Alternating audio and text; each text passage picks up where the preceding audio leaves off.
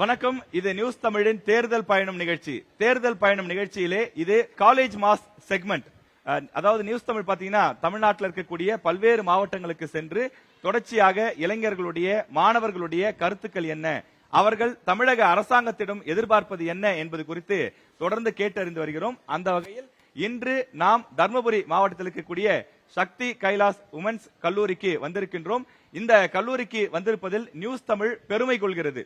இது வழக்கமா சொல்லக்கூடிய ஒரு விஷயம் கிடையாது. ஏன் அப்படின்னா இன்றைக்கு தர்மபுரி மாவட்டத்தில் இருக்கக்கூடிய அந்த மாணவிகள் இந்த காலேஜ்ல சீட்டு கிடைக்காதா என்று இயங்கக்கூடிய அளவுக்கு இந்த கல்லூரி ஒரு சிறப்பான கல்லூரியாக இருப்பதை இங்கு வந்த போது நாங்கள் அறிந்து கொண்டோம். பெருமையோட சிரிக்கிறாங்கன்னு நினைக்கிறேன். கண்டிப்பா. ஏன்னா 2004 தொடங்கப்பட்ட இந்த கல்லூரி கிட்டத்தட்ட 22 ஆண்டுகள்ல இன்னைக்கு தமிழ்நாட்டின் மிக சிறந்த கல்லூரிகள்ல ஒன்றாக தேர்வு செய்யப்பட்டிருக்கு. உண்மைதானே? கிளாப் பண்ணலாம்ல. நம்ம கல்லூரியை பத்தி பேசுறப்ப நம்மளே இப்படி இருக்கலாமா? சரி, முதல்ல இந்த கல்லூரியை தொடங்கப்பட்ட போது வெறும் 497 மாணவிகளுடன் தொடங்கப்பட்ட இந்த கல்லூரி இன்றைக்கு கிட்டத்தட்ட 21 யூஜி ப்ரோக்ராம்ஸ், இன்னும் பல படிப்புகளோடு மிக சிறந்த கல்லூரியாக விளங்கிக் கொண்டிருக்கிறது. இதுவரை 70க்கும் மேற்பட்டோர் கோல்டு மெடல் வாங்கியிருக்காங்க அப்படின்னு சொல்லி நாங்க கேள்விப்பட்டோம். அது மட்டும் இல்லாமல் இந்த கல்லூரியில படிச்சா வேலை கிடைக்கும் அப்படிங்கறத தாண்டி படிச்சா கட்டாயமா வேலை கிடைக்கும், 100% பிளேஸ்மெண்ட் அப்படிங்கிற ஒரு இலக்கை இட்டிருக்காங்கன்னா அது கேம்பஸ் இன்டர்வியூ, அதுல வேலை கிடைக்குது அப்படின்னா எவ்வளவு பெரிய விஷயம். அதுவும் நாங்க வரப்ப பார்த்தோம் போர்டுல எல்லாமே மல்டிநேஷனல் கம்பெனிஸா இருக்கு. இந்த கம்பெனிஸ்ல வேலை கிடைக்காதான்னு இயங்கக்கூடிய நிலையில அவங்களே நேரடியா காலேஜுக்கு கேம்பஸ் இன்டர்வியூ வச்சு உங்களை வேலைக்காக கூட்டிட்டு போறாங்க அப்படின்னா அப்ப அந்த அளவுக்கு ரொம்ப ஒரு இன்வால்வ்மெண்ட் இருக்கக்கூடிய ஒரு ஆர்வம் இருக்கக்கூடிய கல்லூரியா இருக்கு. இப்ப தமிழ்நாட்டுக்குன்னு ஒரு கனவு இருக்கு. 2030 தமிழ்நாட்டை $1 டிரில்லியன் அமெரிக்க பொருளாதாரமாக உயர்த்த வேண்டும்ன்றது தமிழக அரசுடைய இலக்கு. அதே மாதிரி இந்திய திருநாட்டுக்கும் ஒரு இலக்கு இருக்கு. 2040க்குள்ளாக நிலவில் மனிதனை இறக்க வேண்டும் என்பது நம்முடைய இஸ்ரோவினுடைய கனவாக இருக்கிறது. அதுபோல உங்கள் கல்லூரிக்கும் ஒரு கனவு இருக்கிறது என்று நான் கேள்விப்பட்டேன். இந்த கல்லூரியை 2030ஆம் ஆண்டுக்குள்ளே ஒரு பல்கலைக்கழகமாக மாற்ற வேண்டும் என்ற உயர்ந்த நோக்கத்தோடு உங்கள் கல்லூரி உங்கள் கல்லூரி நிர்வாகத்திற்கும் இங்கு படிக்கக்கூடிய மாணவிகளுக்கும் ஆசிரியர்களுக்கும் மனமார்ந்த வாழ்த்துக்களையும் வாய்ப்புக்கு நன்றியும் தெரிவித்து நிகழ்ச்சியை தொடங்குகிறோம்.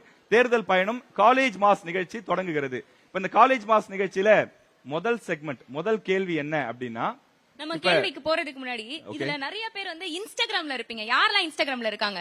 Instagram, Facebook, social media. இன்ஸ்டாகிராம்ல இத்தனை பேர் இருக்கீங்களா? ஃபர்ஸ்ட் சொல்ல வேண்டிய விஷயம், நியூஸ் தமிழ் 24x7 அந்த டிஜிட்டல் பேஜ் எல்லாருமே ஃபாலோ பண்ணிக்கோங்க. நீங்க கண்டிப்பா வந்துட்டே இருப்பீங்க யாரெல்லாம் பேசுறீங்களோ. அதுக்கு முன்னாடி கூஃபி ஜென்செஸ் அப்படின்றவர் யாருக்கெல்லாம் தெரியும்?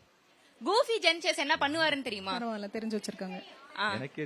1-on-1, அதாவது உங்களுக்கும் எங்களுக்கும் ஆன போட்டி. ஓகேவா? இந்த டீம் ஃபரிதா லீட் பண்ணுவாங்க, இந்த டீம் ஹர்ஷினி லீட் பண்ணுவேன். சோ இந்த டீம்ல இருந்து யார் அதிகமா பேச வரீங்க, இந்த டீம்ல இருந்து யார் அதிகமா பேச வரீங்கன்றதான் இங்க விஷயம். இப்போ நாங்க ஜெயிச்சிட்டோம் அப்படின்னா நீங்க டான்ஸ் ஆடணும், நீங்க ஜெயிச்சிட்டீங்க அப்படின்னா நாங்க டான்ஸ் ஆடணும். நாங்கன்னா எங்க எல்லாரும் பேசுறதுக்கே கூச்சப்படுறாங்க. ஹர்ஷினி எங்க எல்லாரும் ரெடியா இருக்காங்க. நாங்க பாட வைக்கிறோம். நாங்க குத்தி இறங்கி ஆடுறோம்க்கா, ஆனா தோக்க மாட்டோம்னு சொல்லிருக்காங்க. சோ அந்த நம்பிக்கையோட லெட்ஸ் ஸ்டார்ட். பேசிட்டே இருந்தா இப்படி அடிச்சு. இப்ப தேர்தல் சம்பந்தப்பட்ட கேள்விகள்ல இப்ப நம்ம தொடர்ச்சியா வாக்களிச்சுட்டு வரோம். இப்ப வாக்களிப்பதனுடைய அவசியம் என்ன அப்படிங்கறத நம்ம முதல்ல போயிடலாம். அதாவது இப்ப வாக்களிக்கிறோம், நம்ம தொடர்ச்சியா நம்மளுடைய பெற்றோர்கள் வாக்களிச்சிருப்பாங்க. இப்ப இங்க இருக்கக்கூடிய நீங்க கூட கடந்த 2024 நாடாளுமன்ற தேர்தலில் சில பேர் வாக்களிச்சிருப்பீங்க. வாக்களிப்பது ஏன் அவசியம்? ஒரு ஓட்டு என்ன மாதிரியான மாற்றத்தை ஏற்படுத்தும்? கட்டாயம் ஓட்டு போடணும் நம்ம எல்லாரும் சொல்றோம்ல. ஏன் ஓட்டு போடணும்? ஓட்டு போடுறது ஏன் ஜனநாயக கடமைன்னு சொல்லி சொல்றோம். எந்த டீம் பேச வரீங்க? நம்ம சைடு ரெடியா இருக்கீங்களா? பேசுங்க, நீங்க வரேன்னீங்கல்ல, வாங்க. ஒரு ஓட்டு போட்டா அந்த நாடே மாறும்.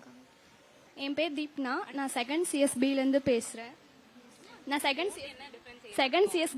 பேசுறேன். இப்ப நம்மளோட ஒரு ஓட்டு நம்ம இதே மாத்திடும், நம்ம ஊரை மாத்திடும். இப்ப நமக்கு இப்ப 2 பேர் ஓட்டு போட்டுக்கு நிக்கிறாங்கன்னா இப்ப ஒரு ஓட்டால ஒரு டீம் ஜெயிக்கும் இல்லையா? அதனால அந்த ஒரு டீம் ஜெயிச்சா நமக்கு நல்லது அப்படின்னு யோசிச்சுதான் நம்ம ஓட்டு போடுறோம். நமக்கு எல்லா நல்லதும் அவங்க செய்வாங்கன்றதுக்கோசரம் நம்ம அந்த ஓட்டே போடுறோம்.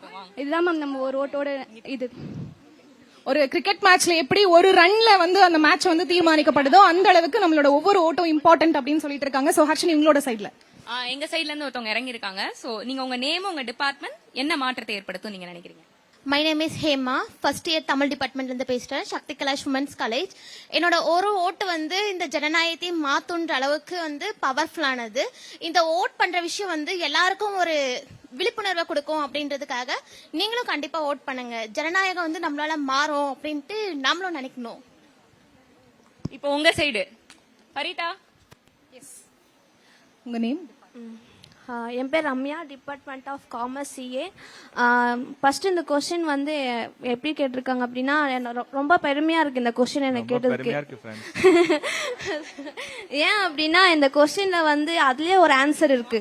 நம்ம ஓட்டு போட்டா நமக்கு அதுல என்ன நன்மை இருக்குன்னு பாத்தீங்க அப்படின்னா, ஃபர்ஸ்ட் நமக்கு அந்த ஓட்டு போறதுக்கான அந்த ஒரு கெப்பாசிட்டி நம்ம கிட்ட இருக்கு ஃபர்ஸ்ட்.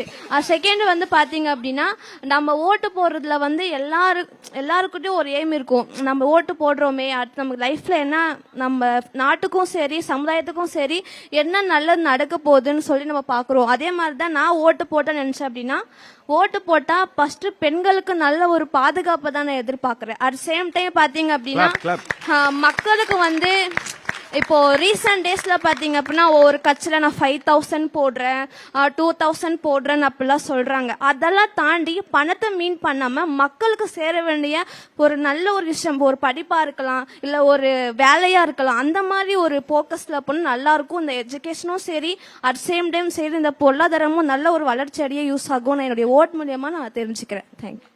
பலதரப்பட்ட கருத்துக்களை ரொம்ப ஸ்ட்ராங்கா அழுத்தமா சொல்லியிருக்காங்க. So, தமிழக ஹர்ஷினி, உங்களோட அரசு side. தமிழக அரசு மக்கள் நலன் சார்ந்த மேம்பாட்டு திட்டங்கள் நிறைய செஞ்சுட்டு இருக்காங்க.